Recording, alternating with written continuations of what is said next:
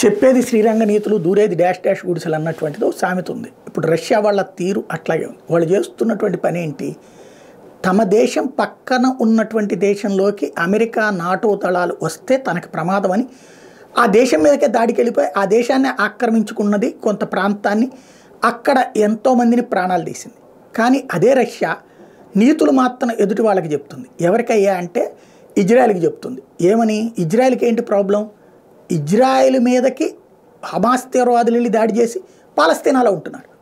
మరి పాలస్తీనా మీద దాడి చేస్తున్నప్పుడు అక్కడ హమాస్ తీవ్రవాదులు సాధారణ ప్రజలను అడ్డుపెట్టి ప్రాణాలు తీస్తున్నారు. సాధారణ ప్రజలు ప్రాణాలు పోతున్నాయి, హమాస్ తీవ్రవాదులు అన్నటువంటి పేరుతో సాధారణ ప్రజల మీద ప్రాణాలు తీయడం తప్పు, గాజా విషయంలో మా వైఖరి ఇదే అంటోంది రష్యా. మరి ఉక్రెయిన్లో ఎంతమంది సాధారణ ప్రజలు ప్రాణాలు తీసింది రష్యా? యుద్ధం జరిగేటప్పుడు వీళ్ళనే చంపాలి అంటే సాధ్యం కాదు. ఖచ్చితంగా ఆ మధ్యలో వాళ్ళు దాక్కుని తీరాలి, లేకపోతే తమని తాము కాపాడుకు తీరాలి. ఇక్కడ సమస్య ఏంటంటే రష్యా తను చేస్తే శృంగారం అంటుంది, ఎదురోళ్ళు చేస్తే విచారం అంటుంది.